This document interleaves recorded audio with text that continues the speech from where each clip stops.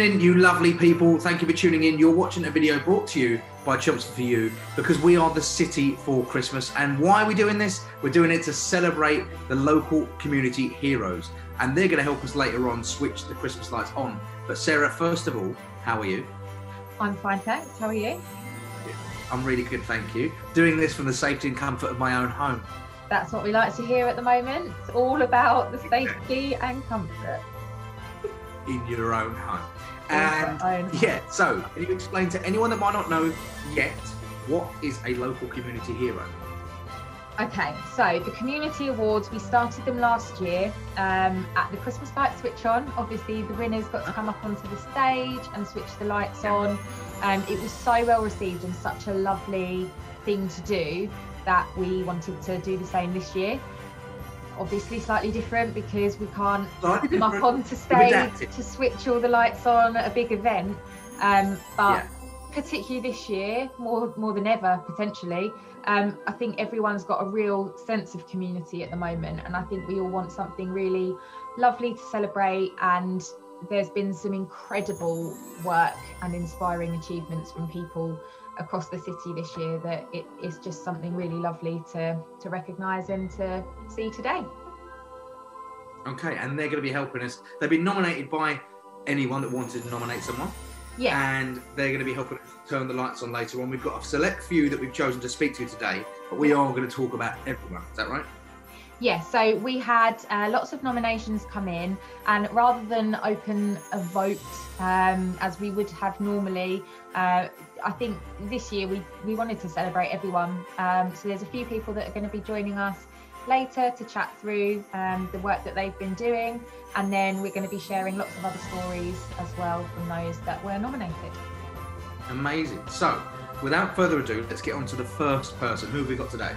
We have Dave from Mates, who is joining us. He was nominated by a friend. I'm really excited to speak to Dave. Okay, cool. Dave, how are you, mate? Mate, all good. Busy old week, but all ready for it. Still managing to keep busy even though we're all locked in? Busier than ever. I work, my real job's in highways, and because the roads are empty, we get to do more work, so it just makes it busier. Okay. You say your real job, but one of the best things that you've done is Mates. Yeah, it's certainly grown. It's not something I plan to be as big as it has been, but it's just constantly growing and I'm loving it. Cool. So just for the people at home that don't know what MATES stands for, can you explain to us what it is? Yeah, the actual acronym's Mental Health Awareness Through Educational Speaking, and basically I just wanted to make a group of people that are there to just be your mate when you need one. And this year with lockdown, for example, loneliness, isolation, they've been two of the biggest things, and people just need each other. And we've just made a group where there's someone there all the time for them. So I know, Dave, you set Mates up a couple of years ago now, wasn't it? 3-4 years ago? Yeah, it'll be 3 years in March, I think. 3 years in March. And have you seen a lot more interaction and growth within that this year particularly? Yeah, it's been a funny one this year, because whereas a lot of the things you hear on the telly about the rise in numbers and things, yes, people's mental health has definitely been affected by what's been going on this year. But strangely, with things like anxiety, social anxiety, a lot of people have found that they're handling it a lot better because they're not having to go on public transport or going to offices or go out or be in these situations that are the situations that cause them their anxiety.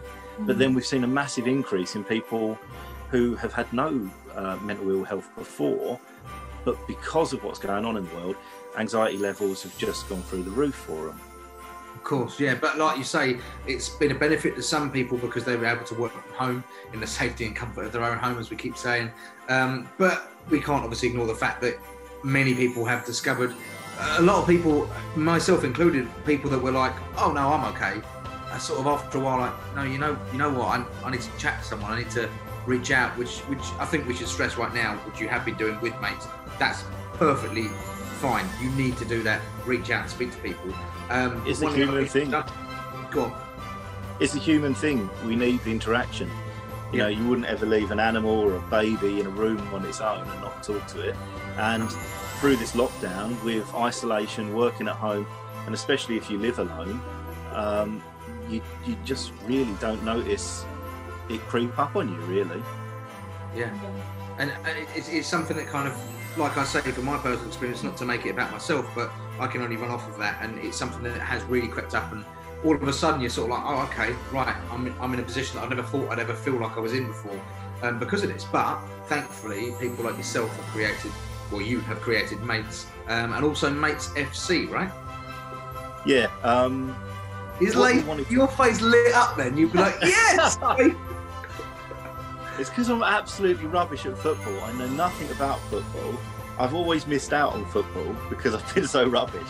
But now I can get involved and just pretend like I do the Delia Smith bit where I just sit in the background and like point at things occasionally, and people that know what they're doing. Yeah, people that know what they're doing actually do the stuff. Yeah. But yeah, so Mates, I wanted it to be a place where, imagine you could walk in a room and you had something you wanted to discuss with people, but you didn't know who to talk to about it.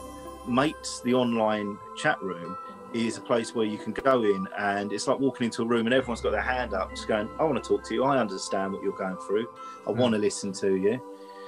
Which with mental ill health is one of those things of, well, who do I trust, who can I talk to, will they understand? Well, actually, we've put all those people in one place. We've now got over 1,400 people in that online community from 60 different countries, or over 60 countries, but mainly from Chelmsford, mainly from Essex, the core amount of people.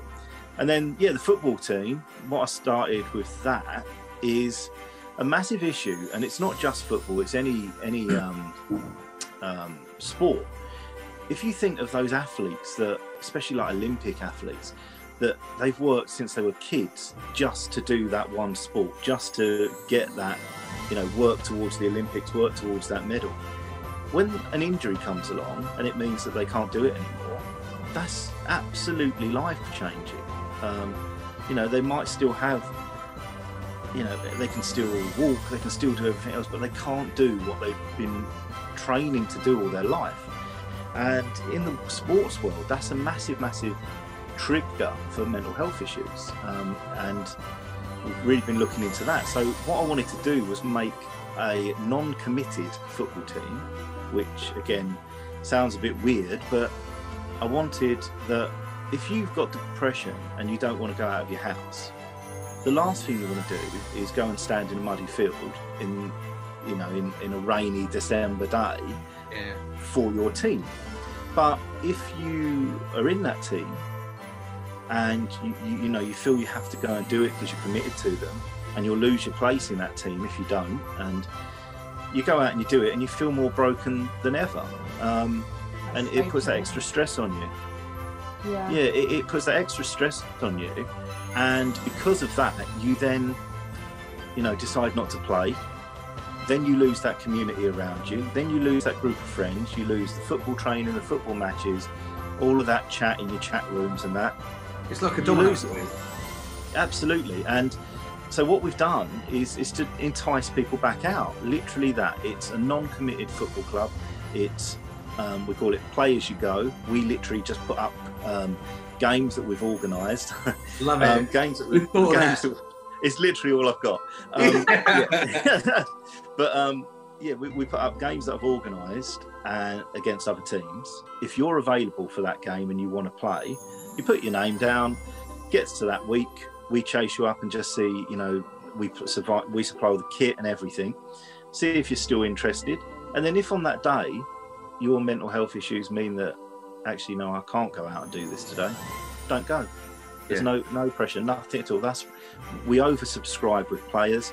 We make sure everyone gets a go. But and we do 5-a-side, 7-a-side, anything at all. Full team. We're generally full team. And our first game after lockdown, we had 55 people wanting to play. Amazing. And then the next game, 35 people wanting to play on like Friday night. So we quickly stopped and we're like, okay, we need more capacity. So we've had to double the size of all of our equipment, all of our kits. And we now play from Molsham High School their pitch there. We play every Saturday, and it's can I just been quickly absolutely ask? amazing. Sorry, you said about arranging these matches with other teams. Is that several teams made up of the people within the mates community, or do you reach out to other community groups? Oh no. So other groups, and what's been brilliant. So the people that play for us, they are from the mates community, but we've also got a standalone Mates FC Facebook page that's open, and anyone's welcome, because you know we want an activity for the people in the mates community, but equally we really want to get in the world of football here and hoover up all of these people that have stopped playing because of injury, and you know they're getting down and they might not be in mates, but we want to give them that opportunity again, or they might have an injury that means that they can't go and play for a team because they can't do a whole game or a whole season. But so it's been brilliant like that. But the teams we play, we have had a couple of times where we've played ourselves, because we've had so many people wanting to play for us that I've had to go, right, okay, well, let's just play ourselves to give everyone an opportunity. Yeah. So, but the teams we're playing, it's great. They're all friendlies, and it's other charity type teams, and it's opened my eyes to what's going on around it. We've got Sands, who are a brilliant charity, and they're a brilliant football team made of dads that are bereaved, and lots of Essex Charity FC, and there's some other mental health type teams around Essex, and they've really sprung up this year. But it's been such a lovely community to get involved in. So just for the people at home, you've created this fantastic community, and some of them are watching going, I want to be part of that. Where can they find you? How can they join? How can they come and kick a bit of football around with you at the weekend? A bit of football. You can tell that I don't do it. It's like me. I'll walk around the edge of the pitch. I'll be like, do a goal. You know, that's as much as, or the ball comes near me and I just freeze. I'm like, I can't kick it. People will watch. I don't want to do it. I'll just watch. I'll just kick it in my own face. Yeah. No, we've got Mates FC on Facebook, or Instagram or Twitter. We've got all the information on there, but the actual games are on the Mates FC Facebook page. If you went into Mates Facebook group, which is the actual whole community in the chat room and everything, all the events are listed in there as well. You just go in there and put your name down. We do have a website, weareyourmates.com. We're just working on tweaking that a little bit at the moment, but or just get in contact with me directly, or email weareyourmates@gmail.com. Amazing. Okay, so these people can sign up and join up. There's obviously no commitment to it or anything like that. That's kind of the premise of it. You don't have to commit to anything. You can come along and just watch, I guess. I don't care if we win. Don't care if it's not about winning. It's not about anything like that. What I want is, and I've seen it, and it's brilliant. I just want someone to go back out on that pitch and come back off and just think, I did that today. Yeah. You know, I went out and I did that, and that's our goal. And what we've got so many repeat players now that I'm seeing them physically grow. They're physically getting, you know, you can see each week they're happier. Things are getting better. They're building little relationships, and we have everyone that plays for us. I put in another messenger group, and it's called the Players Lounge, and that's what I'm trying to build as like another little separate community. So everyone that's played for us, we've got that. We put them in there, and we keep chatting in there, and I'll see that, you know, here's some games. Someone's offered us a game against Nightingale FC, like the NHS charity football team up in Birmingham. We've been offered games down in Brighton, so I go to the group and just see if that's something they'd be interested in, and then I book the games. So we've got a great little group of friends building up there, and we're doing a Mates FC podcast as well shortly. Don't worry, we won't tread on your toes. No, you're fine. Do you need a host? No. Yeah, do you know more about football than me? No, I don't. No, I will have someone else present it. Someone that knows the difference between, like, I don't know, anything. But can you explain the offside rule? That's the question. I'm not going to answer that question. I can if I've got like a salt and pepper pot in front of me. Yeah. But I haven't. Is it the film Bend It Like Beckham where they do that with the... Yeah, that's why I've learned everything. Yeah. But the podcast, what we're going to do with that is it's a slight different approach in that I want it to be about a third about mental health. So we're going to look at each week and get people in, famous footballers, things like that have struggled with their mental health.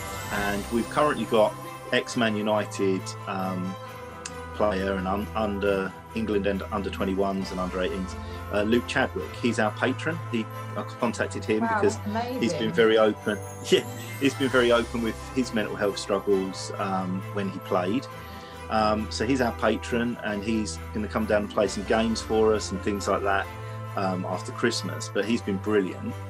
But the podcast will be hearing someone's real experience to start with, and then the other 2/3 of it will just be generally about football, a bit of a chat, and a way to get people to listen that isn't clinical and mental health, clinical mental health and lecturing. It's to pick up that information through something that they're interested in. And I totally appreciate that. I think it's a really good angle to have, because a lot of the time it does. I think clinical is a really good word for it. When people do, have this weird look. It's not a weird look, but some people consider it difficult to speak to people like this and groups like yourself. But obviously, because you've taken that barrier down, it's a lot easier for people to contact you. And like you say, you can just turn up. You don't even have to talk to anyone. You can just turn up and watch the game, whatever like that. And that's the same with our walks, for example. If someone wants to turn up, what a massive step that is. We have walks every single weekend every single Sunday at Highlands Park. We do them in Colchester as well. We do them in Ipswich as well, and all over the place. But the main regular ones here, well, actually through lockdown, I'm doing daily ones. I've done 15 last week. Wow. Because we're doing like one-to-one walking talks. We're doing a step challenge as well. We've got to do 22,176,000 in 42 days. Because we've got someone's doing mate for me in New Zealand, so we thought we'd do this step challenge and we'll try and reach her and her group in New Zealand. I see. So okay. It's we're doing really well. So we started last week. It's not going too bad at all. I might just get a hamster wheel fitted in my house and just stay on that all day. Hey, if you need any help, mate, I love a walk. So give me a shout and I'll come do some steps for you. I'll hold you to that. We can talk about football we don't know anything about. I've found that during lockdown, I love a walk. I love a walk now. I must be getting old. I think it must be that. But I don't think so. I think everyone's got into it. It's all we were. Yeah, definitely. I don't know how many weeks, but I think everyone's really now just slowing down a bit and taking a bit more time to appreciate what you've got around you. Absolutely. If you go on Essex County Council's website or essexhighways.org, there's a map on there, an interactive map of public rights of way. So that alleyway down your street, which you walk past every day and you just think it goes to the back of the houses, within a minute you could be out in the middle of a field somewhere. And it's amazing. Have a look on that, see what's around you, and just try and go down these different places. It really, really helps. A good walk each day can have a positive effect on your physical and mental health for 7.5 hours. So we try and do them in the mornings to kickstart people's days. I've experienced that firsthand. One of my favourite walks. I live in banging the town centre, just next to Central Park. So I walk. So do I. Hey. So do I. Really? I live at the cricket ground. On the other side of the park. All right. I'll do that walk with you then. You guys get out on your walks together. Exactly. So I do. You probably know about this walk, Dave. So I walk through Central, under the viaducts, into Admiral's Park, take a left, and go over into Writtle. And it takes me about an hour and a half to do the 5-mile loop, 5-kilometre loop. Sorry, but it's a brilliant walk. Yeah, and you get to that bit at the end of Admiral's where you can go left or right, and then you've got that. Just it opens up in the trees, doesn't it? And you've got a farmer's field directly. And I see that, and I always think, how brilliant is Chelmsford? We've just got that. We're in the city centre, and we've just got that there. The countryside is that close to us. Exactly. If you go through that opening in the trees and just walk straight to Narnia, at the front of River College. Yeah, it's brilliant, that place. I love that walk.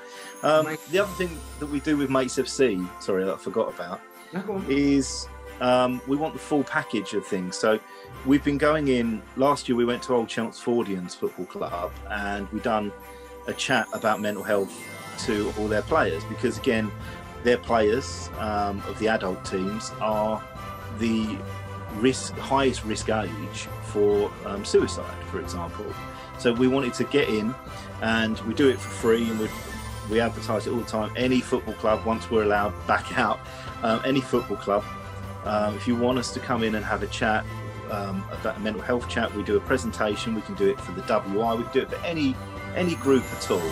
But for Mates FC, we've got a specific one for football and sports, and we go in and we do like about an hour just to brief the teams. And off the back of that, we've got we're like a community partner with Old Chelmsfordians. We've got our logo on their kit. Chelmsford City ladies, we've done the same with them. Baddow Spartak, we're getting involved with Gallywood Football Club as well. But we just want to be there for all the local football teams, to support them, to show our face, to put information out in their clubhouses, and just to be on hand that if anyone needs to talk to us, we're actually physically there with them. You know, we've got a partner. So that's something I'm looking forward to kicking off more next year. So incredible. And you can really see, like, when you're talking, as we've been chatting here, you can really see your passion and enthusiasm for what you're doing. And that's clearly why you've been nominated, because you are making a difference to so many people's lives. I was going to ask Sarah, who actually nominated Dave? Dave was nominated by, I've got it here, Romilly. Oh, yeah. Romilly. Romilly Wakeling, is that right? That is right. Yes, well, Romilly, well done. Great shout, because Dave, you're an absolute gent. And I have to raise my hat to you and say well done, mate, because Mate is a phenomenal idea, and it's definitely what people need. And I will be joining you on that walk.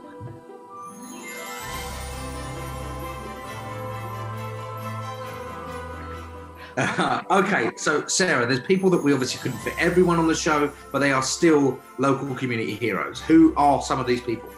Yes, so we had loads of nominations, and I would have loved to have everyone on, but we wanted to share some stories of some people that were nominated. And the first up is a lady called Lauren Howard, who was nominated by her colleagues for the Key Worker of the Year category.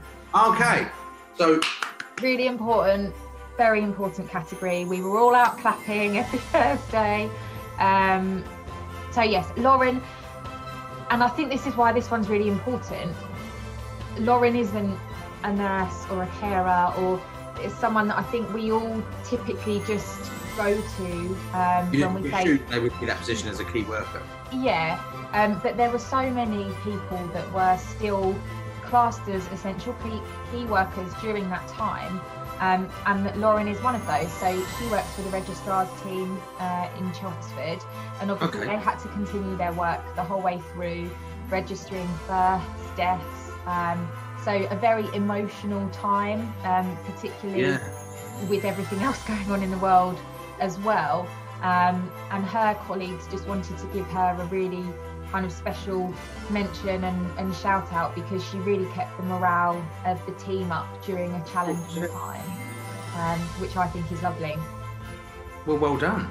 I think we should clap out for everyone. Key workers, well done, Lauren.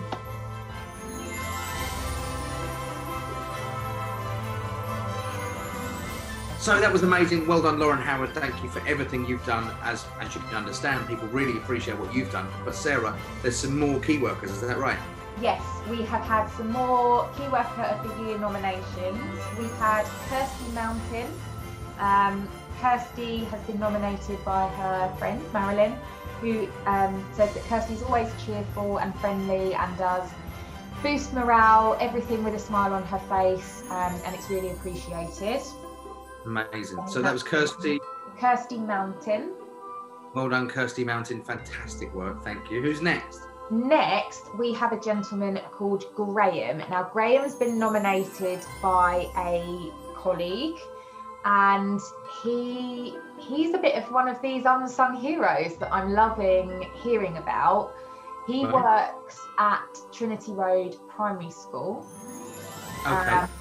But he's not a teacher. He's actually the site manager, so he's looking after everything behind the scenes. I love sorts of people. I remember the one that when I went to school, I love them. They're always looking at. Go on, tell me all about Graham. Okay, so we've actually spoken to Graham since his nomination. I'm going to quickly touch on his nomination and then read a statement from Graham. He wasn't able to speak to us today, but he sent something in. So, right, Graham was nominated by Holly, who says, alongside his team, he's worked incredibly hard throughout the pandemic.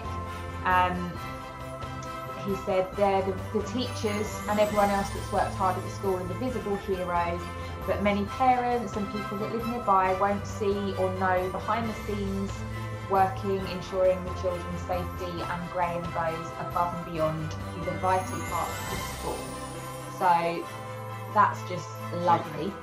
And then Graham has sent in, during the pandemic, I wanted to work every day to support the children of our key workers. This included voluntary work over the Easter bank holidays and other holidays. He was supported by his cleaning team to keep the school obviously nice and clean and sanitised. He's also said that he worked regular weekends, again all voluntarily, to make sure that the school was completely ready, working with local governments along with guidance. And he said, and this really got me, that throughout his time at Trinity Road School, his top priority is always putting children's education and safety first. And it's lovely that my commitment to the school has been recognised.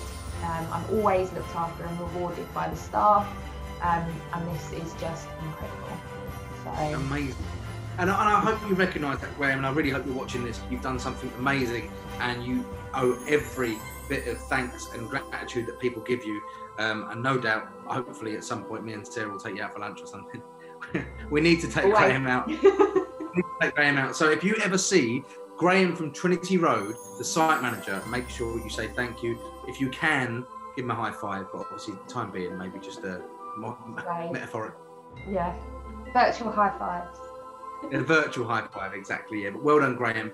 Great work, buddy. And thank you for being part of Chelmsford's community. That's the most important thing. Thank you.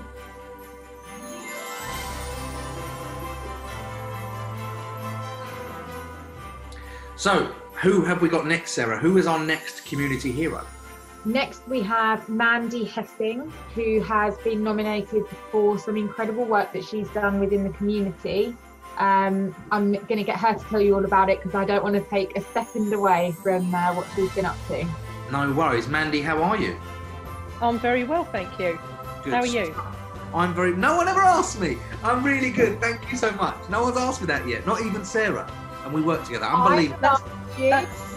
That's a very important part of even our role as a volunteer, because when we're talking to our residents and our community, how are you?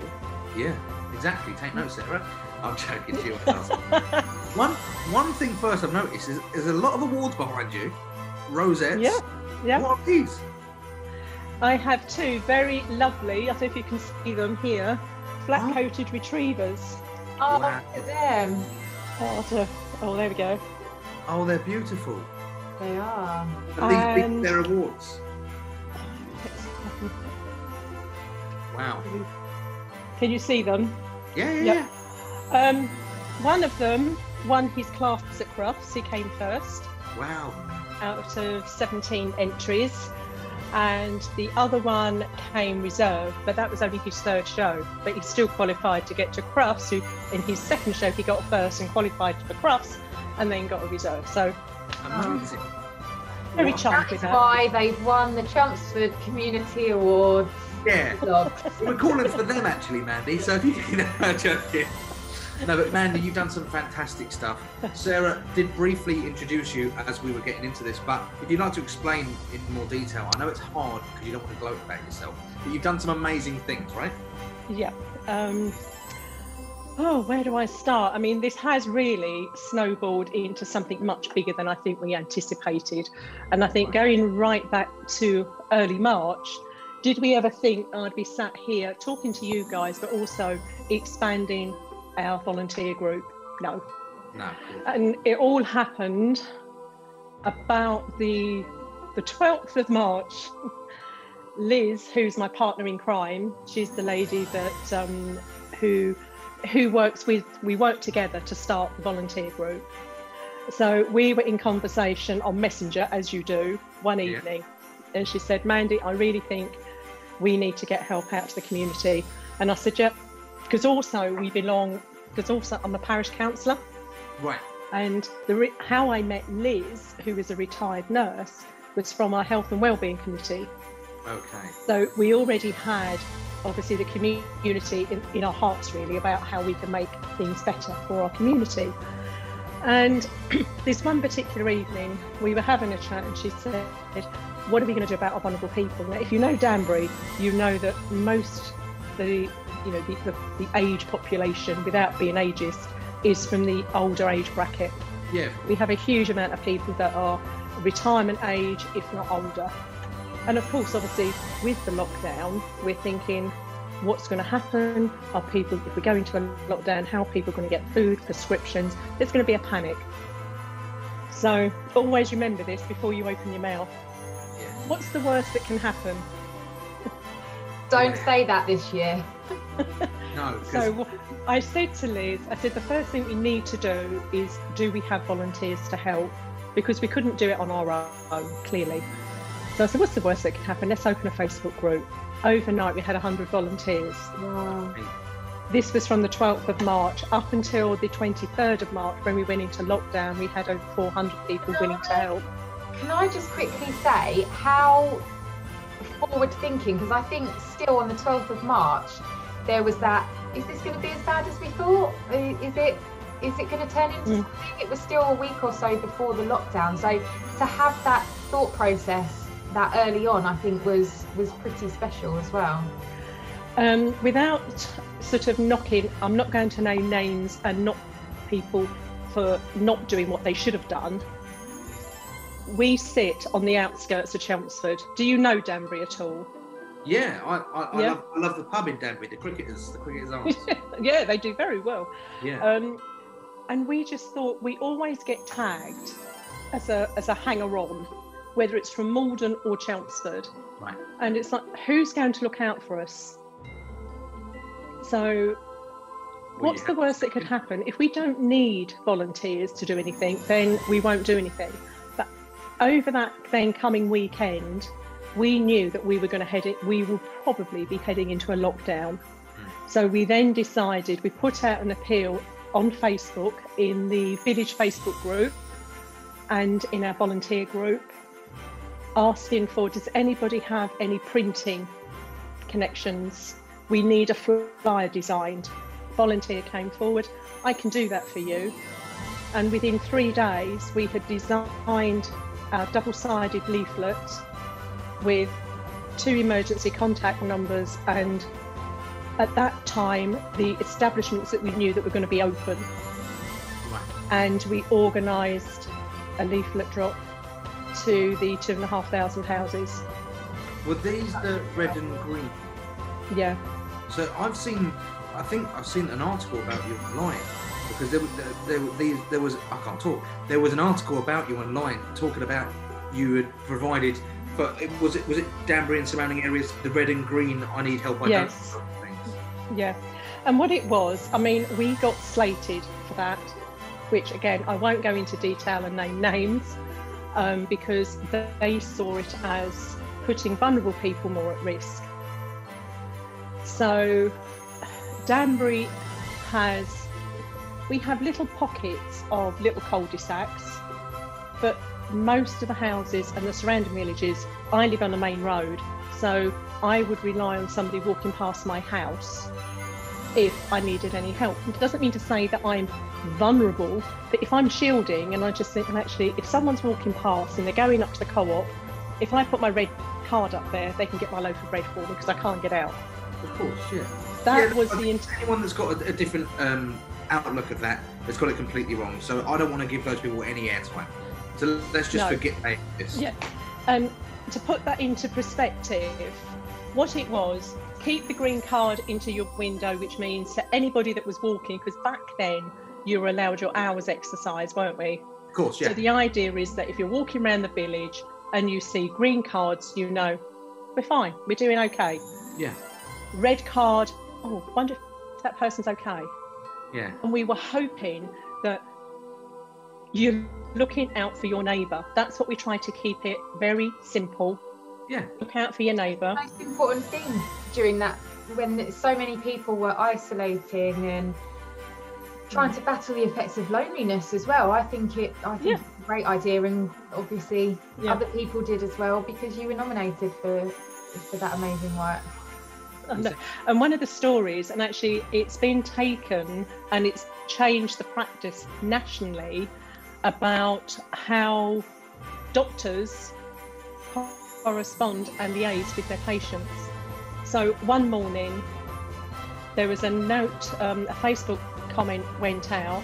So they phoned me, have you seen the post on Facebook? This was in 15 minutes.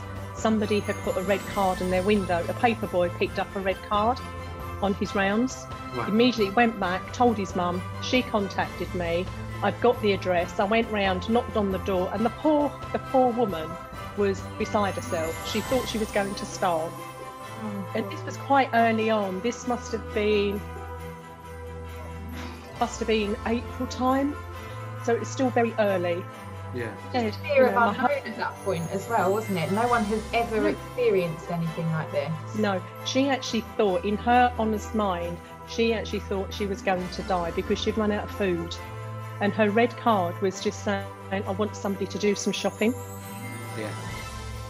And of course she stood there and she's talking to me, you know, she's in tears. I've come away and I felt sick because I thought, how many other people are out there that are in this same position? And it's all well and good to say, why can't they pick up the phone? Well, when you are profoundly deaf and it is really difficult to phone, because she said she's tried to phone us a couple of times, but because of the hall that we were in and the logistics, the acoustics was just bouncing off, so it made it very difficult for our call handler to talk to her as in complete silence. Do you know what really slowly because we didn't know. Sorry. What really resonates with me there is that I think you realise this, but I don't think you've faced it directly yet. You've saved someone's life. Yeah, well, no. There's no well about it. Yeah, black and white. What you've done, your initiative on just this one small fact has actually saved someone's life. That's amazing in itself, and that's just one small factor of the things you've done. Yeah, and I think for all of us within the group, we don't see it. We don't see the bigger picture, because we're just doing what we would like to think any other person would be doing. It's just helping people. And what the warm glow that I get is when somebody phones and says, just knowing you're there for help is reassuring. And to me, that's just like, yeah, that's why we did it. Because not everybody is able-bodied to walk up to the, to the co-op or to Tesco Express, and not everybody has IT experience where they can go online and get online shopping. But it's also, and I was looking back through some notes that we've had and emails, and from people that have said, I'm so grateful that you've looked after my parents, because obviously because of their age they had to be shielded, so they couldn't do the visiting, living away, but they're being looked after. And that's really what it's all about, isn't it? It's looking after your neighbour. 100%, 100%. And I think everyone watching this should take on board right now that it might be an idea to create a message, a piece of paper, whatever, and just pop it through. I've got a few neighbours here. I live in an apartment. I've got a few neighbours. So I'm going to be writing down, are you okay? Just what's the harm it can do? And I think that's what you inspire people to do. That's amazing. Yeah. I mean, there was some chatter about how safe are we being, have we thought about various issues? And I picked up and I did a bit of research, and I can't think which charity it was. And it was print off your own ID card, fill in your details. Now, to me, I'm thinking, oh my God, that could be anybody putting anything through anybody's letterbox. Yeah. So really the message is try and keep it local, keep it to the people that you know and that you can trust. And I have to say, we had a huge amount of support from, Sian Brand and Sally from the CVS, the Chelmsford, the Central Volunteer Services, because as we went forward, we recognised that we could be faced with a huge amount of problems. And one of them came up, and I think it was a gentleman in Wickford. He committed suicide, this again, quite early on. And it flashed up to us thinking, our volunteers are knocking on doors, we're taking calls, and exactly that why, actually, are you okay? How are you? Yeah. Try and engage in a conversation, so that if it taught us to have some training to be able to pick up some signs if something wasn't right. Yeah. And it was called, I think it was Zero Suicide. It was heavy going. Yeah. But going forward, it enabled us to ask the question, if somebody was feeling so lonely, are you going to harm yourself? And it's just, the whole thing has just snowballed. And you just think, all we've ever tried to do as a group is just, and we're still doing it, helping our community, delivering those prescriptions, picking up the shopping. The amount of social welfare issues we've been sorting, it's just been unreal. I presume absolutely unreal. I presume you're still taking on volunteers as well. Yes, we are. So if people are watching this at home now, including myself and Sarah, where can we sign up to your volunteer service? Right, just bear with me because I need to find out. I need to find out the exact web address. Okay, no problem. You find that, and I'll explain something to the people that are watching at home. And I think Mandy has set the bar here and has made a great example, is look out for your neighbours. So, and very important, do keep it local. So if you live on a specific road and you knock on the left and right hand side and the one opposite as well, if everyone does that, everyone's covered. So it's like a knock-on effect, it's a domino effect, everyone gets covered by each other. So I think you set an example there, Mandy. We, when it all started, myself and my husband wrote a letter to the 3 neighbours near us, elderly neighbours and couples, and just said, we know this is going to be a scary time for you. Here's our numbers. If you need anything, please don't be afraid to contact us. And we did have a couple of calls to get some bread and milk and just supplies. Obviously, I've done that for the people next door, and what you've done is just on such a wider scale, and Will absolutely nailed it on the head. You've literally saved lives from what you have done, and I think just having that idea in your head is amazing. My mantra all the way through it, and Liz used to keep reminding me, and I used to remind her, keep it simple. And because as much as we wanted to do it under the umbrella of the parish council, it sort of wound itself up in red tape. Right. Because can you imagine sending out or having over 100, 200 volunteers ready to go out without doing health and safety assessments on the pavement, doing sort of leaflet drops? So Michelle would have been having a nightmare. So it's far better to be more effective to do it at a local level. Yeah. And then what happened is we just decided to run with it. As I said, we had huge guidance from the parish council, from Sally, Sian Brand and Sally, I can't remember her surname, from the Chelmsford CVS, and guidelines about, look at, just make sure you get this set up because you thought about it. Yeah. Okay, so how do we protect our volunteers? Actually, we signed up through the volunteer services, time banking. So all our volunteers' hours are logged and submitted, so therefore they're insured. Our website is www.danburycorona.com. Again, this website was put together within a week or so. Okay. From 2 residents, man and wife, Catherine and Matt Ablott. Huge thanks to them because they got it up and running. So there's all the information is on there. It's not an easy thing, so yeah. So, we tried to think, not everybody has access to the internet, cool. Especially for the older people. They're only trying to get to grips with working Zoom now probably, so go back to March, April. So within that first week, we had rallied up our volunteers. We had designed and got printed our leaflet we'd put onto the leaflet the red and the green cards. We had the volunteers that came up to our, what we call the hub, to pick up their street names that they offered to deliver. Now, we've done a mass delivery like that. I think it must be 3 or 4 times now. So volunteers just are more than happy to help. Let's do it. And actually, you know, Sarah, what you're doing, the whole point is look after your neighbour. That helps everybody. Yeah. Doesn't matter how small it is, you're taking those steps and helping somebody that can't be out there.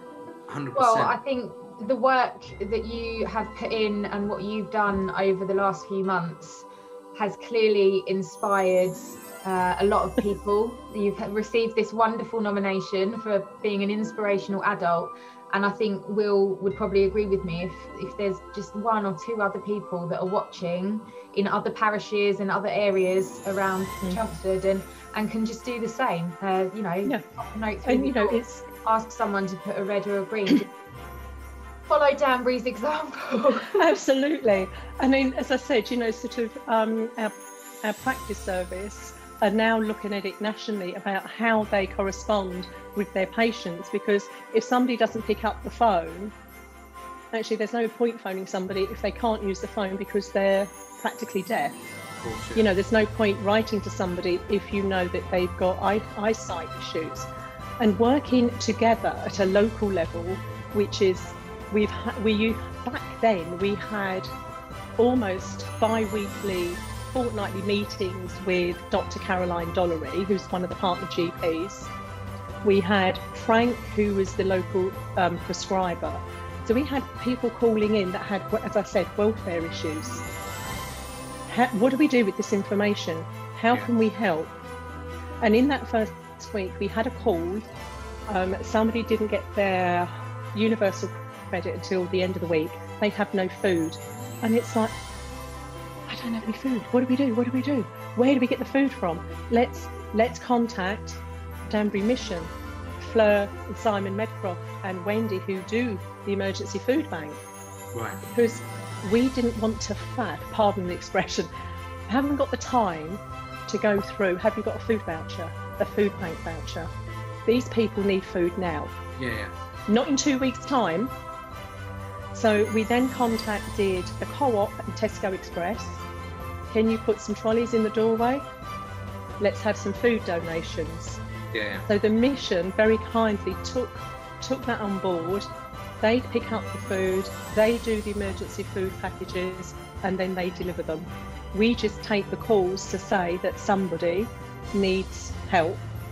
We do the referral. Likewise, if it's a mental health issue, we would contact the medical centre. And also what we had to think of is keeping an audit trail of what we're doing. Yeah, of course. So another form would go to the medical centre to say this person has phoned in, very vulnerable, we've got concerns, and it's signposting. That's where the social prescriber comes in to signpost to the right people. Right. You know, we've had to deal with so many different issues other than your prescription and your shopping, but it's just thinking on your feet. You just want to get people the help, reassure them that actually help is here, we can do it. 100%, and I think there's going to be a hell of a lot of people that are going to be going over to your website. So that was www.danburycorona.com. Yes. And they're probably... I'm just checking. Yeah. That's fine, you're right. So yeah, www.danburycorona.com. You can head over to that website and all the information to sign up if you want to become a volunteer. Or I presume as well, if you need help and you have internet access, you can look at that as well. Yep. But I think what the biggest point of this whole conversation really is take a leaf out of Mandy Hessing's book, and she hasn't got a book out yet, but take a leaf and check on the neighbours, see how they are, check on people that you know. Not necessarily knock on a random door, just if you see someone regularly but you haven't seen them because of the current situation, drop them a knock on the door, drop them a note underneath the door, post box, wherever it is, and check if everyone's all right. Wouldn't you agree? Absolutely. And that's really what we tried to do. You know, we didn't want people to go out miles out of their way to check on people, but while you're out exercising and you think, oh yeah, I know Mr. Smith over there, haven't seen him for a while, I'm just going to give him a knock. If you know their number, give them a call. Yeah. And that way, you know, you already know that person, so you don't have to worry about it being a stranger. Of course. And actually them as well, isn't it? Yeah. And, you know, ultimately it is about using your instincts, if you think about it, just do it. 100%. Well, thank you. Everyone thanks you. I think what you've done is phenomenal.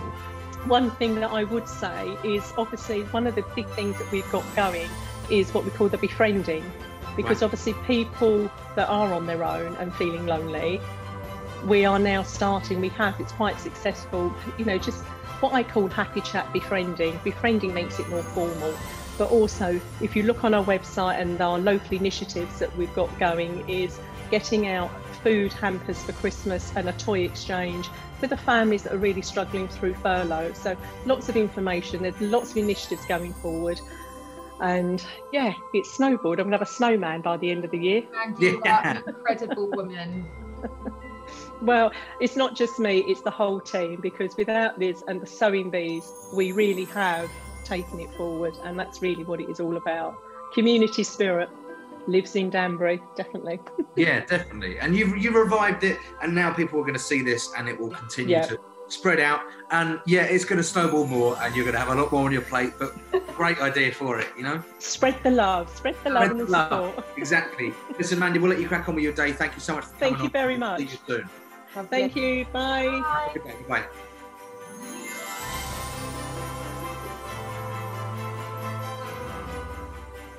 Sarah, we have loads of Community Hero nominations, but I want to talk about as many as we can. Get them all in this video if we can. So who is your next Community Hero?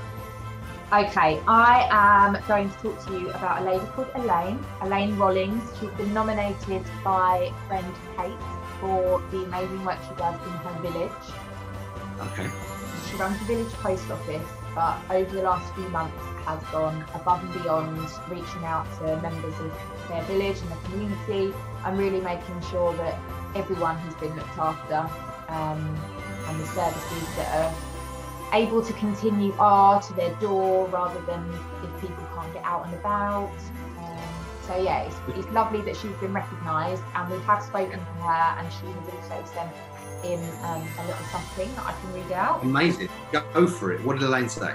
Okay, so Elaine has said, we remained open all the way through the first lockdown. We had extremely long queues, but everybody was served and looked after. If people couldn't get to us, we would take orders over the phone and deliver to them, including a very expanded paper round covered valiantly by our two paper boys, Charlie and Alfie. So big shout out to those two. Well done, Charlie and Alfie. Using their suppliers to bulk buy things such as eggs. She asked the community to donate used boxes or old boxes for the eggs, so that they boxed them up themselves and made sure that everyone in the community had those staple things. Also from that, she set up a pass it forward shelf, which ended up as quite a few shelves, she said. People donated things such as flour, pasta, and things that they were able to get hold of when out shopping themselves, and we were able to deliver those to less able people that couldn't get out. So that was lovely. That's amazing. So just quickly, for the people at home that might not know what Pass It Forward is, Pass It Forward, or in specifically Elaine's case, Pass It Forward shelf. Pass It Forward is just simply where you buy a product, and somebody that may not have the money at the time will use the product that you purchase. You leave it in store or in shop wherever you bought it from. So for example, you could go into your local coffee shop, buy 2 coffees, take one with you. The other one is not made until somebody turns up and says, oh, are there any pay it forward coffees? Maybe today they haven't got the money for it. Maybe they'd like to buy a pay it forward themselves and use one.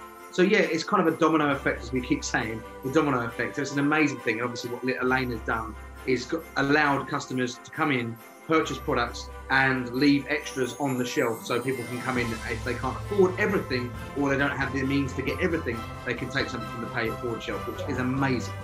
Yeah, I think particularly an initiative like that with a shelf, it's quite subtle, because I imagine there's a lot of people that have never been in a situation up until this year where they necessarily couldn't have afforded certain food items, so it's probably not something that they wanted to make public, but just having somewhere to go that they could go and get some assistance without having to make a big deal out of it almost.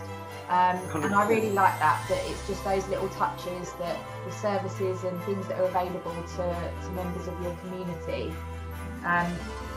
She's also said here that with the Pass It Forward shelves, they also had donation boxes outside the post office where people could donate things such as tea, coffee and biscuits, and they were taken down to the NHS staff at Broomfield Hospital. Oh, amazing. So they were covered as well. Well, brilliant work from Elaine and all of her team as well. So thank you very much. We truly appreciate you. Another community hero. You're fantastic, Elaine. Keep up the great work. Well done, Elaine.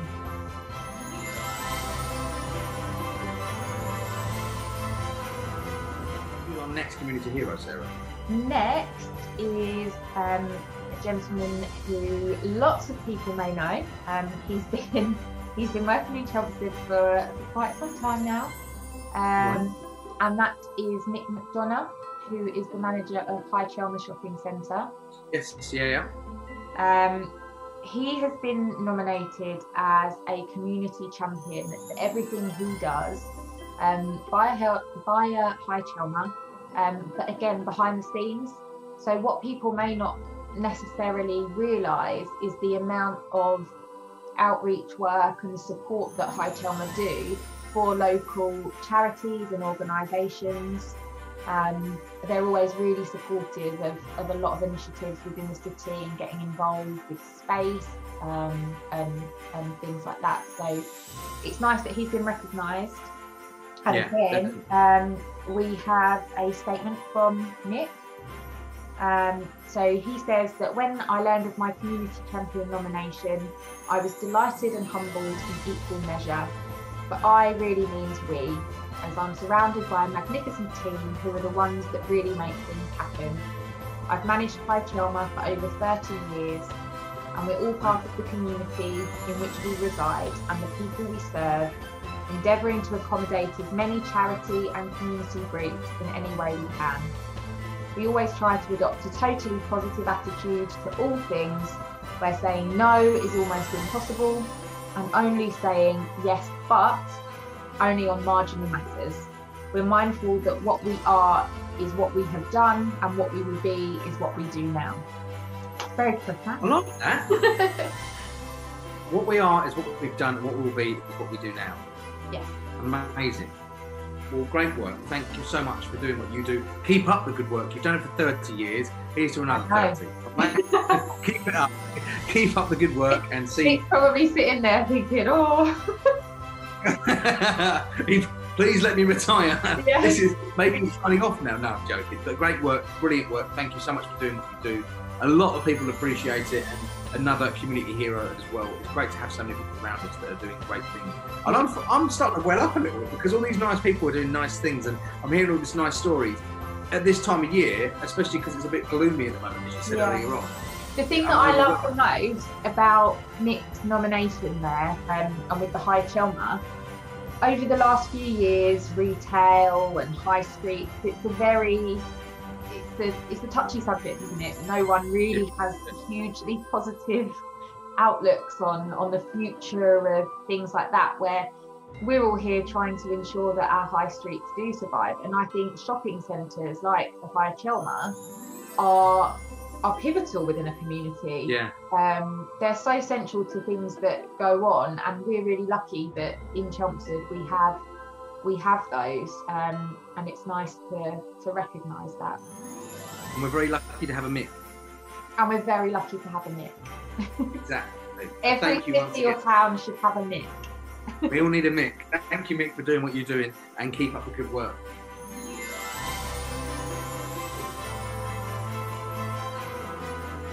Okay, so our next guest is David, and he's been doing the world of good for Chelmsford Community Transport for a couple of years now, is that right?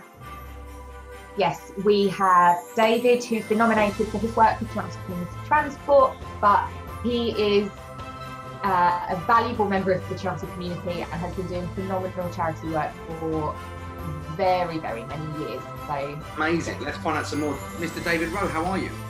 Very well, thank you. Good stuff. Sarah, how are you?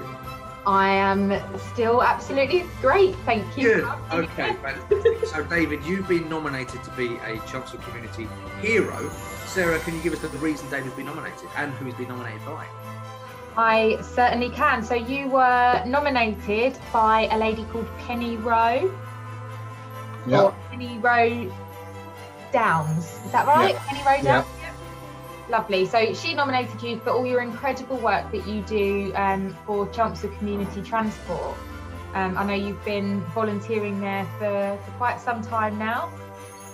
It's coming up for 3 years. Right, excellent. Yeah. But that's so your work with Chelmsford Community Transport is a long period of time working in Chelmsford or volunteering in Chelmsford for charities in general, isn't it? Yeah, it's sort of the more recent one. You've been doing charity work, is it right, 37 years you've been doing it? It's 31. I started in 1989. At the age of 15? I worked for Royal Mail as a postman. Right. And they advertised for volunteers to become first aiders. Okay. So I put my name forward and became a first aider. And then, do you want me to carry on through the whole lot? Yeah, go for it. Yeah. Then 1991, which was the start of the first Gulf War, St John Ambulance were looking for ambulance drivers because they anticipated that there'd be a large number of casualties flying into Stansted, and they wanted ambulance drivers to transfer them from the airport to the various hospitals in the region. So I said, yeah, I'll have a go at that. Yeah. And I stayed there for 19 years. Wow. A long time. Time flies.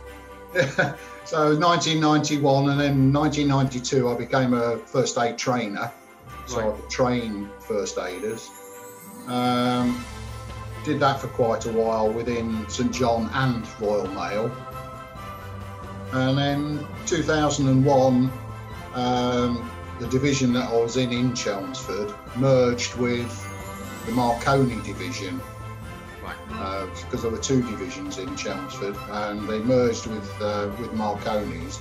And I'd heard that Malden St John were very low on staff, so rather than go and join the Marconi division, I moved to Malden in 2001. Right, okay. Yeah, and then 2003 I became a first aid at work assessor, so I could actually travel around outside of St John and Royal Mail to assess courses, people becoming first aid at work people. Right, okay, so this would enable you to do that in any place, or is it specific? Yeah, any place, yeah. So that really wasn't sort of it wasn't paid. You had mileage, mileage allowance. It covered costs. So, there wasn't actually, I didn't actually earn any money from it. And in 2005, the divisional superintendent moved on to county headquarters, and I took over the lead at Malden. So I ran Malden division right up until 2007, when I went to the headquarters, which is up near where the old Rainsford School is. Yeah. Yeah, okay, yeah. Yeah, and then I from there I sort of worked through to help organise the building of a control and command unit, which went out and about to the concerts. So I did that. Worked in the radio room there, inside the vehicle. I even took. Sorry. That was to help all the drunken festival goers and that sort of Yeah, that's right. Yeah. I think Sarah was probably one of them, but yeah. I counted them in and I counted them out. Yeah. Yeah, that was quite an eye-opener working at V. I can imagine. I can Yeah, only imagine. After knowing Sarah for a little while, So I did that and became assistant emergency planning officer and communications officer with St John. And then I decided that I'd done long enough. So I retired from St John Ambulance in 2010. There wasn't actually a retired button to hit on that. It was, you had to resign. So unfortunately I resigned, but I called it retiring. Yeah. But I carried on with Royal Mail as a voluntary first aider right up until I went and retired in July 2017. But you've also continued as well. Yeah, I did continue a little after I retired from St John, officially retired, well, resigned, retired. They asked me to become their photographer for events. Oh. So again, I ended up back at V, wandering around, avoiding all the noodles that were scattered all over the grass and the beer cans and what have you. Taking photographs at the V concert, and that sort of culminated in a very memorable day up at Thaxted Church, where St John took it over for the day to have a presentation ceremony and a church service in the presence of the Duke of Gloucester. Oh wow. Oh, very nice indeed. Very ironically, I've actually just spent the last 2 weeks in Thaxted. Oh, have you? Yeah. Were you with Duke of Gloucester? You got there, but you couldn't get back. yeah. But yeah, just next to Boxted, is that right? I think so. Yeah, it's on the old Cambridge Road. Yeah. So heading towards Saffron Walden. Yeah. I was up there doing something. How strange, isn't it? But yeah, so you've done all these things. So not much really. I'm joking. So you've done all these amazing things. Volunteered. All of these are volunteer jobs. All these are volunteer jobs. I mean, with Royal Mail, you know, although it was a paid job as a postman, the first aid side was purely voluntary. Yeah, of course. And from that, I carried on training postmen and women to become first aiders. And I also, I'll have blown my own trumpet on this. Perfect opportunity to blow your own trumpet. Do it. We did. Yeah, we had. We used to do first aid competition. Well, I think they still do in Royal Mail, where you got a team together and you went off and scenarios were set up where teams of 2 went in and dealt with a casualty, and they were marked on how well they did. Wow. And I had a team of 10 actually go, and we came away with 5 trophies. Amazing. Where are they? I think they've gone back to Royal Mail because they have to be competed for again the next year. I was expecting you to have them all sat behind you. No. But here they are now. No, I unfortunately didn't get a trophy because I didn't actually take part in the actual competitions. I was just there as training them up for it. Yeah. Well, I mean, it was all down to you then, really. Yes. Yeah, I was quite pleased when we came away. The team of 10 came away with 5 trophies. Yeah. So. Very well. And that you say leads you up to 2017, is that right? Yeah, that's when I retired from Royal Mail, and I retired in the July, and I suppose really after the sort of summer finished, I was thinking I want to really do something, rather than gardening and decorating, So I started looking for another volunteer role, and Chelmsford Community Transport sort of hit me between the eyes because they just moved to Baddow Road, which is just down the road from where I live. Right. From the old mushroom farm at West Hanningfield. Yeah. Which was way out in the sticks.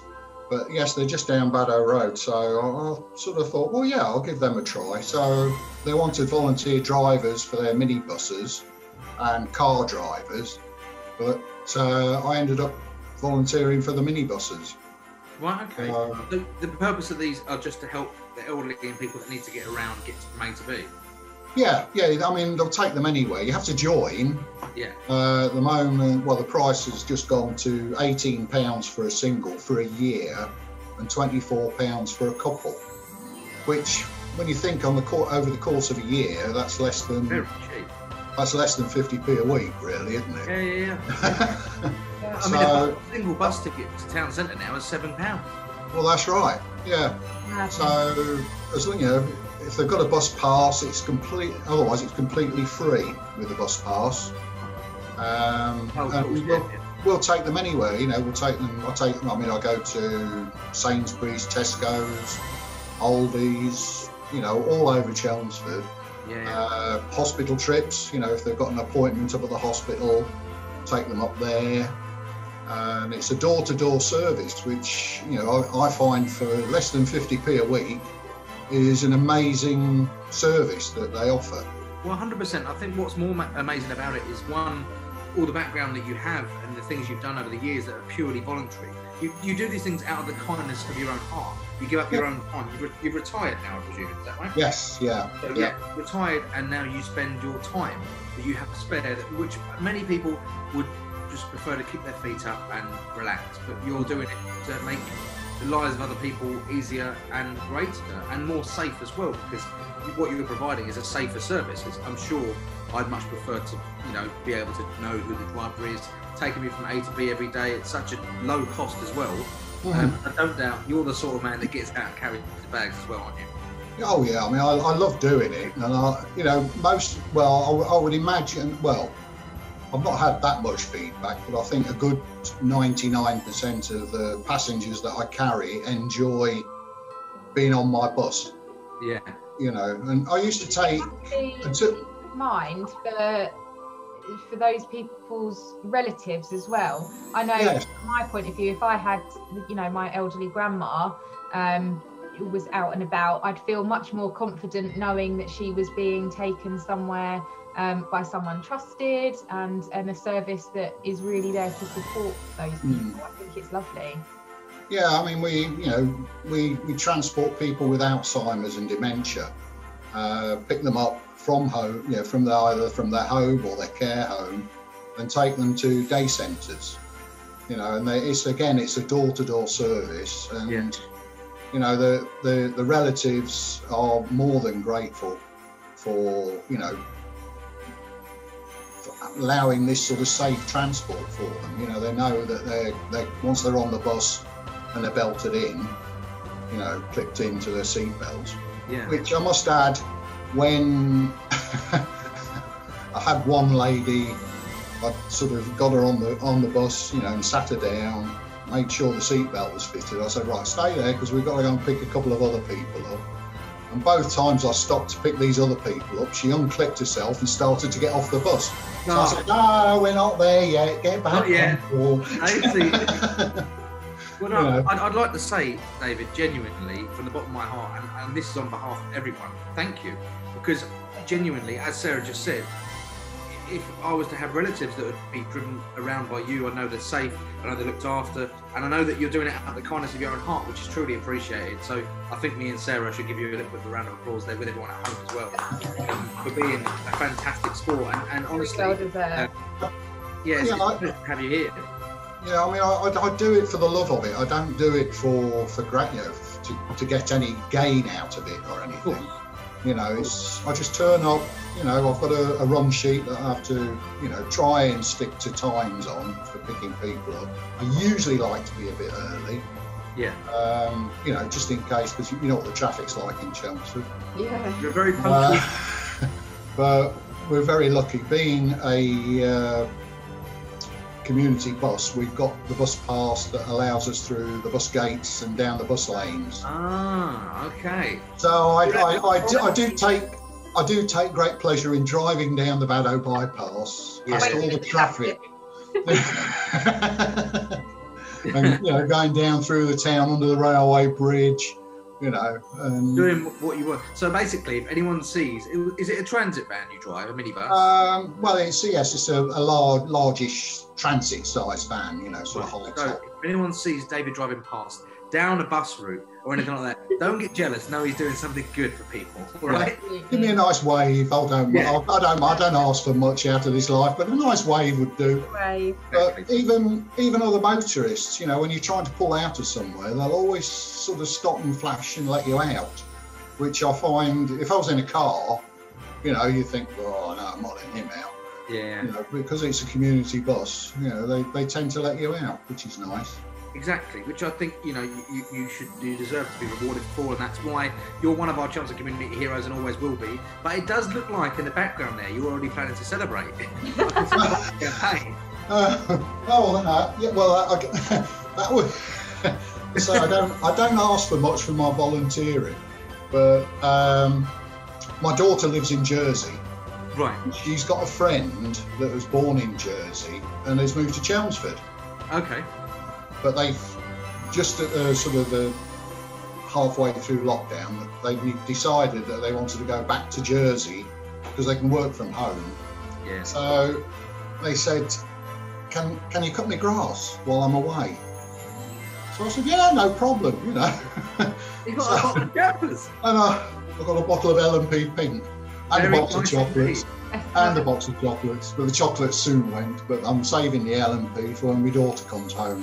Yeah, which very good idea. It's going to be a long time because we haven't seen her since last Christmas. So. Oh no. Well, hopefully you see each other soon. It's been very tough for everyone, but it's stories like this that really help us get through, mate. And thank you, David, for coming on and bringing this story with you, because and for what you're doing now, because it's fantastic and it kind of warms the hearts of everyone. I know it sounds a little bit cliche, but we definitely need stories like this at this moment in life. Yeah, well, you know, I shall carry on as long as I'm able to. Yeah. Thank you. And if I see you, I'll be buying you a bottle of champagne, no problem at all. L&P Pink.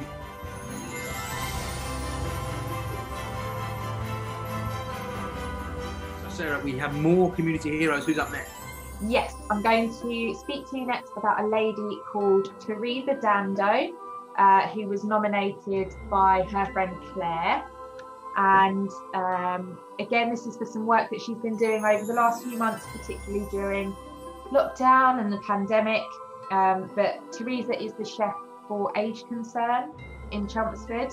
Okay. So she volunteers there, which is normally a day centre for the elderly, providing hot meal company, which is more important than anything, I think. And they also do a game of bingo every weekday. Love a bit of bingo. Love a bit of bingo. But yes, the centre had to close, obviously, when COVID struck back in March, which is a huge shame, because that's a service that I think is needed by so many people. Yeah, it's a necessity. It is a necessity. Yeah, but the reason that Teresa's been nominated is because she worked tirelessly to set up a Meals on Wheels service from the Age Concern kitchen. So the regular visitors that she would have to the day centre were able to still be provided that hot meal just from home. So that was delivered to them. Amazing, because she literally did this herself. Yeah. Oh my goodness, amazing. Yes, so Claire has nominated her and said she's a real credit to Age Concern and really deserves some recognition. Rightly so. It's amazing. Great, and we've spoken to Teresa since as well about everything that she's done, how it all worked and starting the Meals on Wheels. She said that the 7 clients that she started with serving regularly soon increased to 50. So that need for support certainly increased over the last few months, and she's been able to accommodate that, which is fantastic. She said she couldn't have achieved it without the help of her volunteer drivers and kitchen staff. And she also said she approached local stores like her local Tesco's, who donated Easter eggs and care packages for our clients. We work as a team and we love making our clients smile. So that's amazing. Teresa Dando and your team. Another prime example of fantastic work, using your own initiative and taking your own time. Extra time outside of what you normally do and your normal comfort zone, if you like. It's phenomenal because people need these things and you provided it, and you're going to make a lot more people a lot happier. So thank you, and well done to you. Well done for what you've done. These people are amazing. I know. And you know what? That's another example that I've loved reading, where you see different groups and businesses joining up and working together. So the fact you've got a charity that have adapted. You know how I like things adapting at the moment. they have adapted to a certain situation, but reaching out to places like Tesco's and other stores to kind of bring the whole thing to life, I love it. Yeah, it's fantastic. That is amazing. So thank you to everyone, every single one of our community heroes. But we still have more, is that right? We do. There's one more to talk about right now, and that is a gentleman called Trevor Fisher. Trevor Fisher. What's Trevor been up to? Trevor has been nominated by Delia for all of his work that he does and time spent supporting the Chelmsford Salvation Army. Which, oh yeah, okay. Yeah. This is my favourite time of year for seeing the Salvation Army band out performing. You'll make me tip over, don't. Go on, talk to me. What's been said? Okay, so Trevor's prepared a statement for us, which I'm going to read out, and it just details some amazing things. So bear with me because this is well worth the listen. In the early days of the pandemic, Chelmsford Salvation Army recognised the need to provide support for families who were disadvantaged and for whom the pandemic is causing additional stress and financial worry. The Salvation Army began distributing food parcels to families in need of this practical support. This need has continued to increase from delivering food parcels originally to 75 families to this December, where there will be 500 families receiving food parcels. I mean, it was late June 2020 that Chelmsford Salvation Army developed a project to support children who would have been in receipt of free school meals and whose families were in need of some additional support during the school holidays. The project provides additional treats and snacks to the children of those families who are in receipt of our regular food parcels. My name is Trevor Fisher, and I'm a member of the Salvation Army here in Chelmsford and have been part of the team developing this exciting project. During this summer, along with the Salvation Army's family food parcels, 82 children received 3 deliveries of their own bag containing a 2-week supply of goodies. Each bag was packed full of a selection of individually wrapped snacks, enough for 6 treats a day for 10 days. The goodies include a variety of crisps, chocolate bars, fruit snacks, non-chocolate biscuits and drinks. Again, during October half term, 85 children received their individual goodie bags with a 1-week supply of snacks. The feedback has been great, the bags have been well received.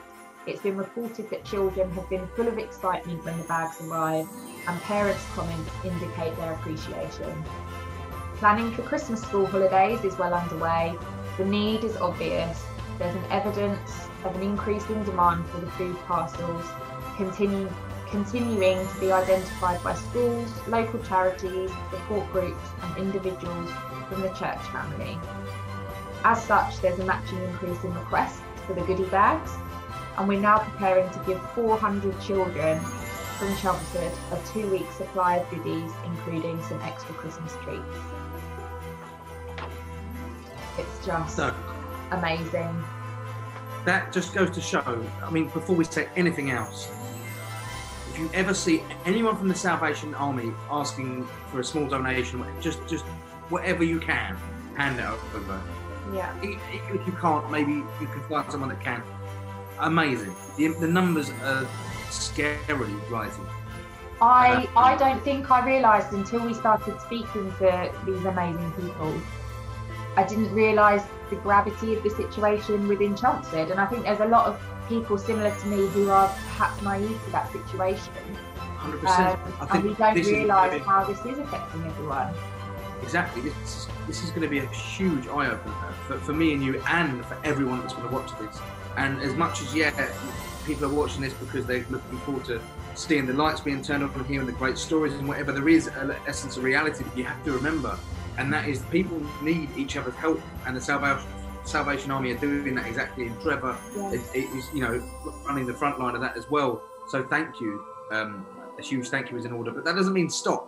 A thank you is in order for Trevor, and we all need to realise that we need to step up and help out as well now. whatever way you can. If you've got something you covered you don't need, just head down. If you don't know where the Salvation Army is, there's loads of different drop-off points. I think one good positive thing that we can all take from this year, one of the few positive things we can all take from this year is that huge sense of community pride and seeing how people want to support everyone in our communities, and just doing what they can.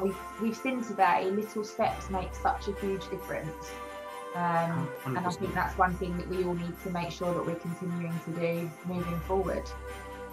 Definitely, and I think everyone, the heartwarming thing about this is it's not reaching out to dead ears, you know, it's not falling on dead ears, it's going to be taken on board, and people are going to help. And I think that's what I love about it. Yeah, it's going to end with these beautiful Christmas lights all being switched on, but like in essence, people watch this and they're taking on board what needs to be changed, and just taking on board the things that people have done. And I'm not saying that they set the bar necessarily, but what they have done is shown that it can be done. And if you haven't had a chance to do something like that yet, maybe you can now.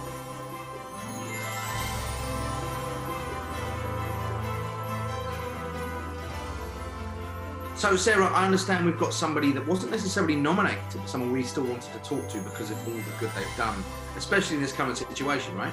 Yes, absolutely. So obviously we've got the community awards, and we've had some amazingly inspirational people that have been nominated. But there was one particular person or business actually, and we wanted to celebrate a business within the city centre that has done something really special over the last few weeks, and we know that there's lots of people that would be really interested in hearing from the man himself, and that is, drum roll, Justin from the New London. Ah, yes, this is the free school meals. Justin, how are you, mate? I'm good, thank you. Good stuff, glad to hear it. And I've heard, straight off the bat, I'm going to go straight into this. I know firsthand, because we've done some stuff with you on Radio Chelmsford as well, that you have been doing unbelievable things for the local community, and specifically for the younger ones. Yeah, we decided to do the meals for kids, for the school kids during the half term, so it was really good. That's amazing. So this was simply just providing any children that didn't have access to food in the school holidays, free school meals, no strings attached, no catch, that was it. Yeah, no, that was it. We decided on the Friday, just before school holidays, there was obviously quite a lot of press about it, and we just thought it'd be something nice to do. You know, we've got a couple of restaurants, and you know, people come and eat out and have a nice time, but then there's people not even having a hot lunch, so we got in touch with a charity that distributed them for us, and we made 30 meals a day across 2 sites in Burnham and in Chelmsford. Wow. You just don't so realise how many, do you? No, exactly. So you did this from the New London, right? Yeah, we've done it at the New London, and I've got another pub in Burnham called the Ship Inn, so we've done some here as well. Okay, well I think people are going to be flying in now. After you've done something so nice, they're only going to return it with coming to join you for lunch and dinner anyway. So you got the New London from London. Yeah, of course. When everything's back to normal again, which will be soon. Positive mental attitude. It will be soon. Yeah, exactly. So you've got one in the Ship in Burnham, and you've obviously got the New London restaurant, and I believe you've also got Vauxhall Bureau as well. Is that you? That's correct. Yeah, the bar in Chelmsford, gym bar. Amazing. So you've obviously put all of your success, and your staff have put their heads together and worked together with you on this to create free school meals for children as well, which is fantastic. So well done from myself, Sarah, and everyone. I think what you've done is phenomenal. Yeah, it was just something. I think the mood was all a bit depressing with COVID and everything, and everyone at work was a bit down in the dumps, you know, because of whether we're going to close open. So we just thought, let's do something nice. It seemed like a good cause, you know, and there wasn't a huge amount of effort put into it just to produce these meals. We thought it's so easy to do. Let's just, you know, we've got time on our hands, so let's do it. And we run it for Tuesday through to Friday. Yeah.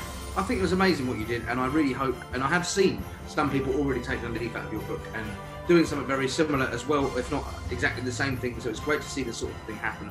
And I'm sure people can come and have a chat and congratulate you personally at one of your places very soon, I'm sure. There's not. Yeah, I think, Will, you were saying to me before about this domino effect, and I think this is the prime example of it. Justin, you said it's a pretty glum time, particularly that week. There was a lot of press and everyone's feeling a bit low, and you inspired so many other businesses and organisations to do similar things, and it was again just bringing in that massive sense of community around Chelmsford, and yeah, it was just very inspiring to see. Yeah, it was good though. Other people were doing it, you know, decided to do it before ourselves, and we saw through the Marcus Rashford campaign that other people were doing it, and we just thought it'd be a good thing to do, you know. And then I think we were probably one of the first to say we were doing it in Chelmsford, and then other people started, which was great, you know, because then there was so much support out there for it. So, and I think it was just one of those things that really sort of touched everyone, and you know, everyone wanted to help or do something. Did you expect the amount of coverage it got? Did you expect the amount of people that came in? Not at all. I thought literally it would be, you know, we would do a few meals. When we were talking about how many to cater for, we didn't know. We bought enough food for about 180 meals a day. And just by chance, we had a charity, a lady from a charity that was in the restaurant on that day, and she heard about it, and we got talking to her, and then next thing we know, they're coming up and collecting sort of all the meals and distributing them. We had a few people come to site and pick them up, but yeah, it all just happened very last minute, really. We didn't have time to think about what. Isn't it amazing? Isn't it amazing the way that things work? You're in a restaurant, in your restaurant, discussing how you're going to do things, and one of your diners is the person that's actually going to be the partner with this. It's amazing how the world works. I absolutely love it, and I think it's brilliant, and I think you're being extremely, that what you did was phenomenal, mate, and everyone appreciates it. So well done to you.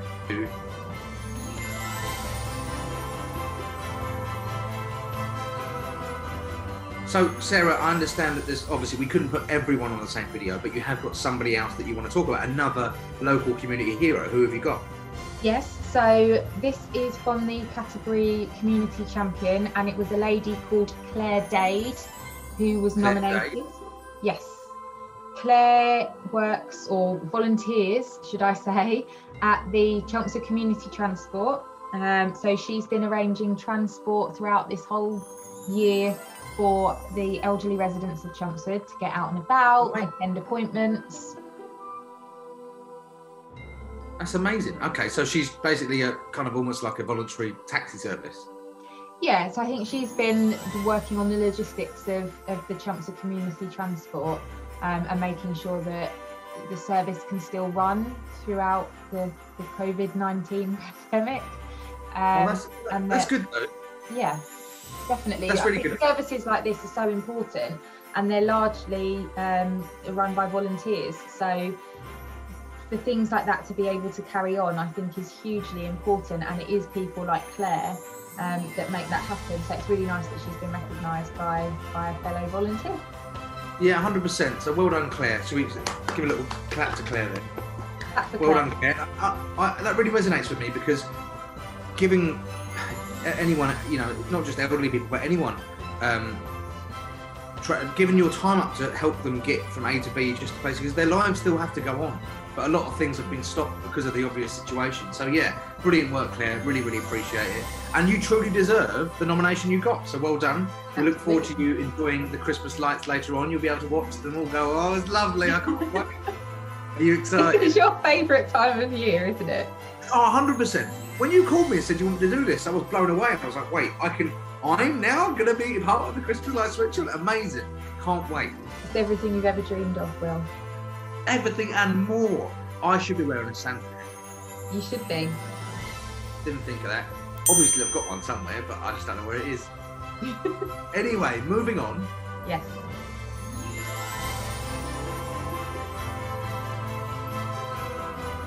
Sarah, you've got another person we need to speak about, and that, I believe, was Edith Miller from the Ideas Hub. Is that right? It is, yes. a lady called Katie has nominated her friend Edith. Lots of people watching today will know Edith. She's almost a community hub in herself.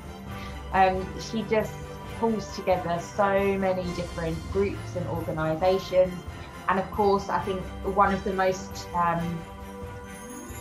prominent things that people will know her for is the Ideas Hub in Chelmsford, which has recently moved into the Meadows. So the nomination that we received from Katie here says that Edith has worked so hard at the Ideas Hub, building an amazing team of volunteers, continually finding ways to build community through events and fundraising. She's taken on and created the art place, and has brought an incredible new resource for the city.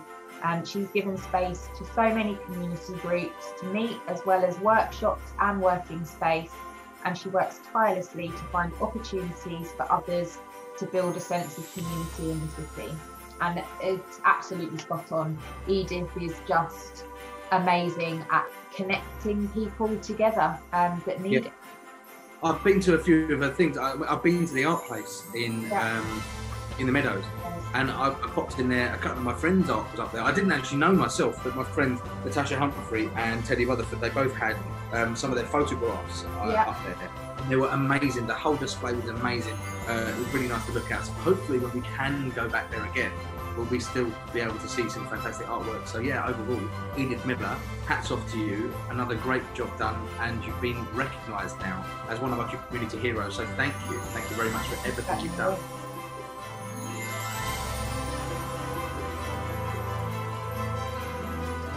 Sarah, I understand the next one is slightly different. This is somebody that's no longer with us, is that right? Yes, so this nomination was in memory of a much loved member of the community, Steve Atkinson, and there will be lots of people that recognise his name from the Facebook group Chelmsford Remembered. A brilliant group. I'm in it as well. I love it. Yeah. Great group.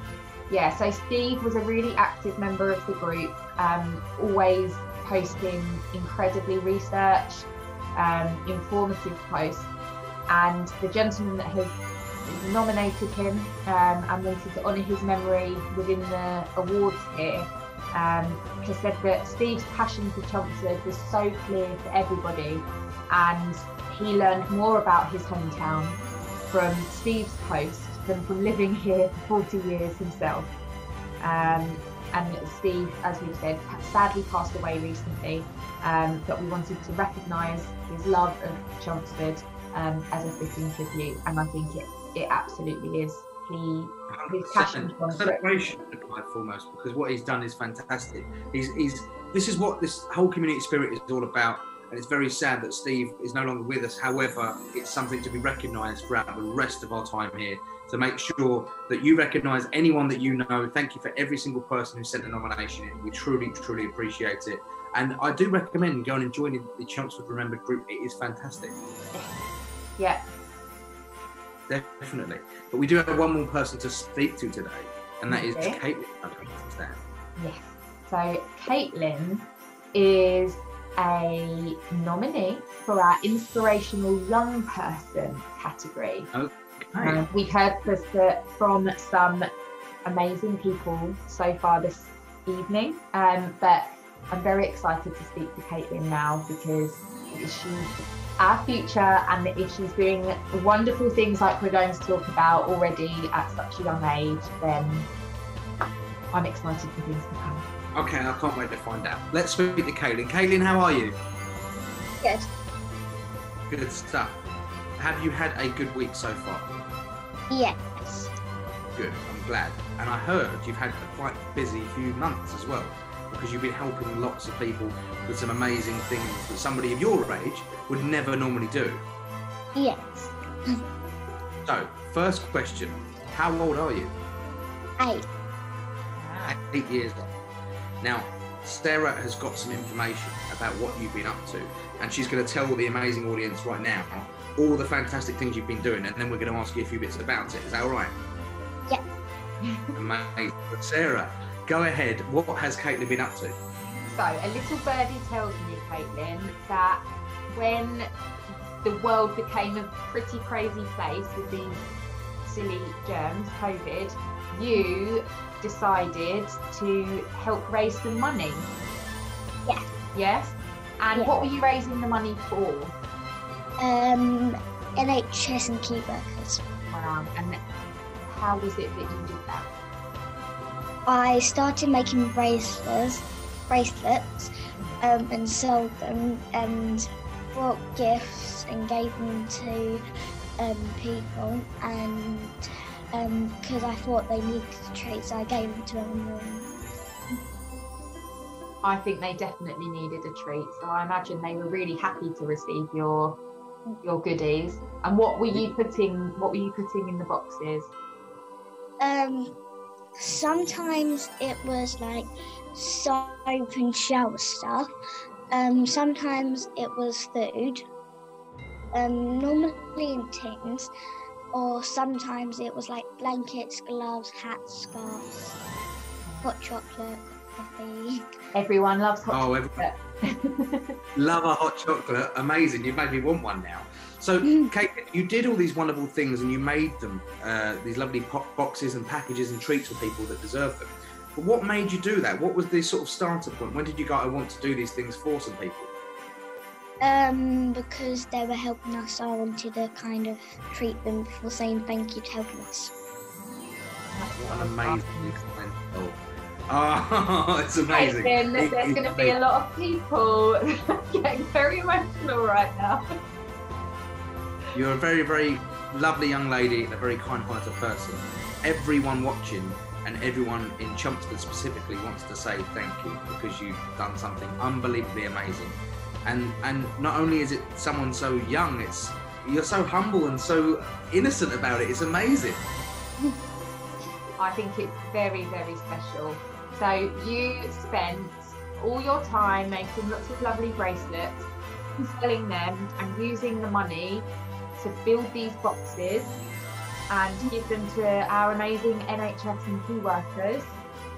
But that's not everything, is it? Now, a little birdie tells me that you and your brother started doing something around your neighbourhood, is that right? Yes. Okay, tell us about that. We asked our Avon for some names, and we made red and green cards. So if they're all right, they'll put it on green, and if they needed help or just wanted to or something, they put it on red, so they turn it around. That's amazing. And how did you know whether they were red or green? We walked around the block, and if they were on green, we would just carry on walking, or if they were on red, we would stop, knock and walk back and then see what they want. Wow. That's amazing. And you what is obviously your helped- brother's name?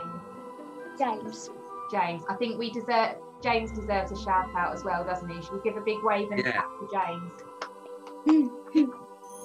Is he with you? He's just on the bus home from school, Right, okay. so No he worries. might be home soon. We might catch you just when he comes back home before we leave you, but well done. You helped many, many people doing that. You've touched the hearts of people that you've helped and the people that witness what you've done as well. Sarah told me before we spoke to you on this call that you help people at the Crystal Centre, is that right? Yes. See, that blew my mind because this isn't something I normally often talk about, but I've had personal family that were in the Crystal Centre and the work they do is amazing. So to see somebody like yourself helping them out and giving them treats and making sure they're looked after is amazing. Everything that you've done is fantastic, Caitlin, and you should be really, really proud of yourself. Thank you. Because my granddad used to be in the Crystal Centre. Mine too. Mine too. You're Wow, gonna set me Caitlin, you are just incredible, absolutely incredible, and I think everybody watching will definitely agree. Thank Yeah. you. No, thank you. Thank you. So me and Sarah now are going to embarrass ourselves by giving you the biggest round of applause we've ever done on Yeah. camera for all people to see, and everyone at home is going to be doing the same. So give it up for Caitlin, ladies and gents. Well done.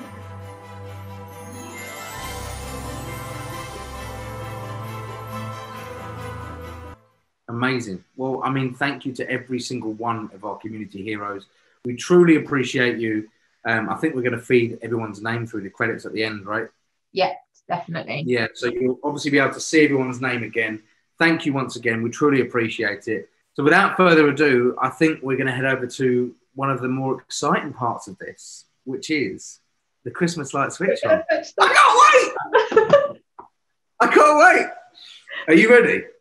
I think so. I need to practice my counting. Okay. It's 5, 4, 3, then 2, then 1. I know I kept getting it wrong. 5, 4, 3, 1, 2. But it doesn't matter. You've been practicing for a few days now, so I think I've got faith in you.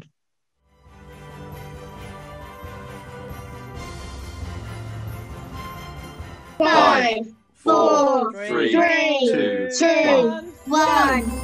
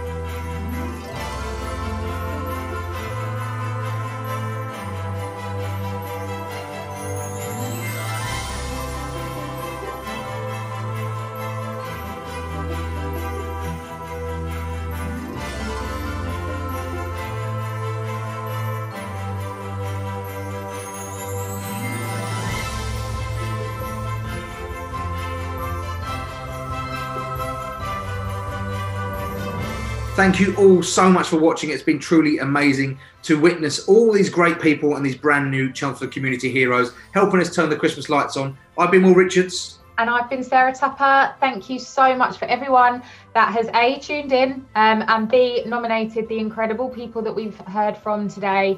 It's given me all the feels, and I'm totally ready for some Chelmsford Christmas loving.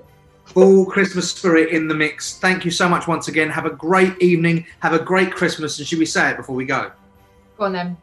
Merry Christmas!